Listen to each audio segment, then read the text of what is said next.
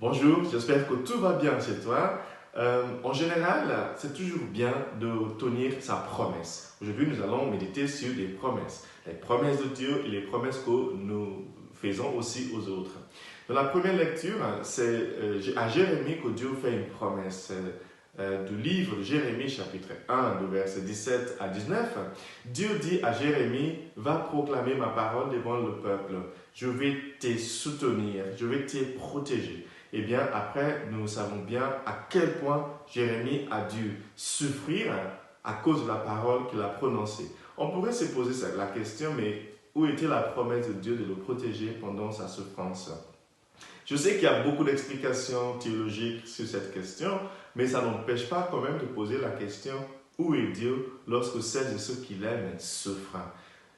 Jérémie a beaucoup souffert, malgré le fait que Dieu lui a promis de le protéger. Je sais qu'il y a, je vous donne par exemple deux explications qu'on donne en général. C'est que Dieu sait toujours tirer du bien du mal. Dieu nous laisse souffrir parce qu'à la fin, il va en tirer du bien. Ok, il y a d'autres explications, par exemple, du genre, en nous laissant souffrir, Dieu nous fait grandir. Ok, mais ces explications n'empêchent pas quand même de poser la question, mais où est Dieu lorsque je souffre? Parce qu'il m'a promis de me protéger.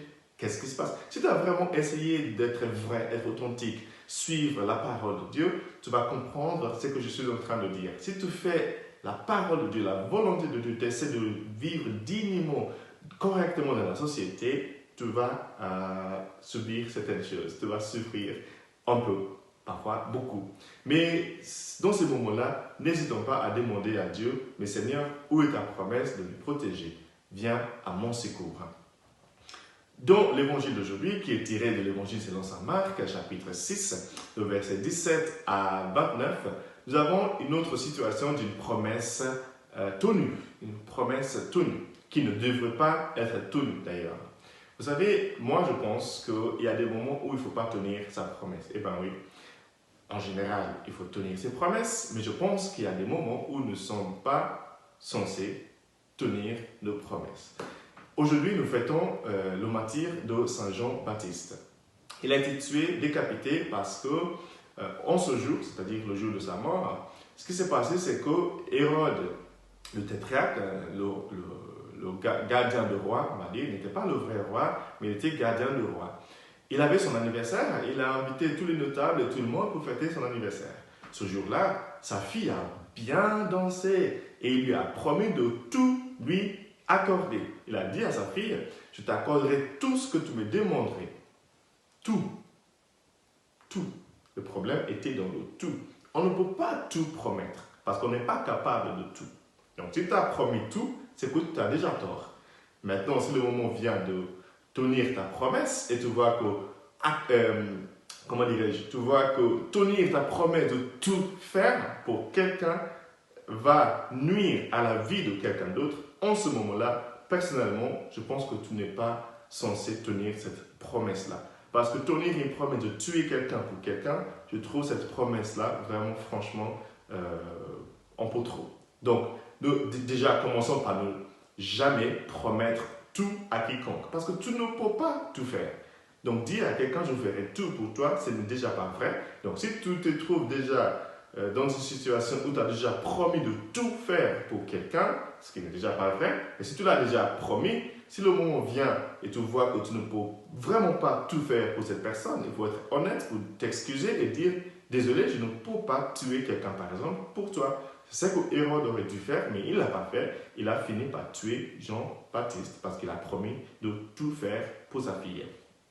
Une deuxième situation où je trouve que nous ne sommes pas censés tenir nos promesses, c'est quand tu vois évidemment que quelqu'un est en train de réaliser un grand mal à travers l'accomplissement de ta promesse.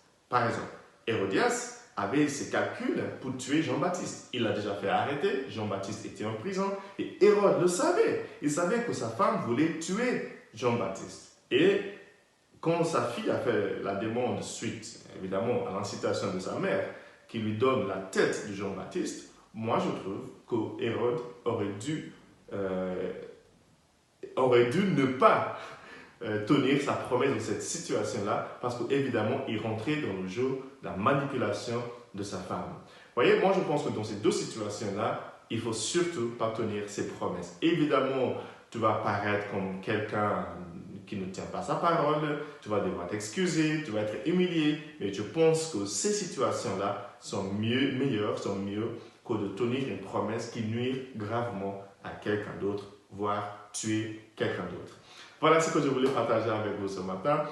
Ce n'est pas tout à fait un message de joie, de grande joie, que j'aime bien partager, mais c'est quand même un message, je trouve, important pour nous aujourd'hui dans notre monde où nous avons tendance souvent, trop souvent d'ailleurs, à dire à quelqu'un « je ferai tout pour toi ». Eh bien, c'est peut-être pas vrai.